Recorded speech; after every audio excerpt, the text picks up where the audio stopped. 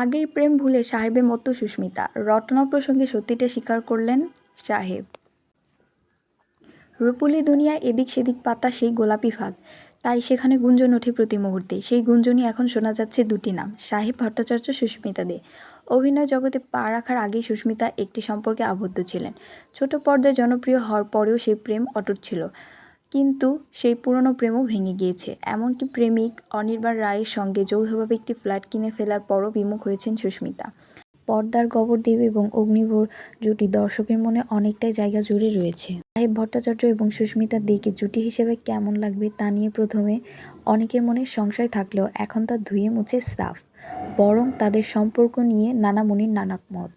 Shooting ফ্লোরে প্রেম নাকি মোড় নিয়েছে বাস্তবেও, এমনটাই দাবি নায়ক নায়িকার ঘনিষ্ঠ মহলের।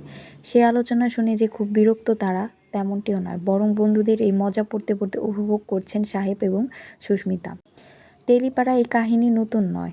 পর্দার নায়ক নায়িকাদের ব্যক্তিগত সমীকরণ নিয়ে দর্শকের কৌতূহল বরাবরই।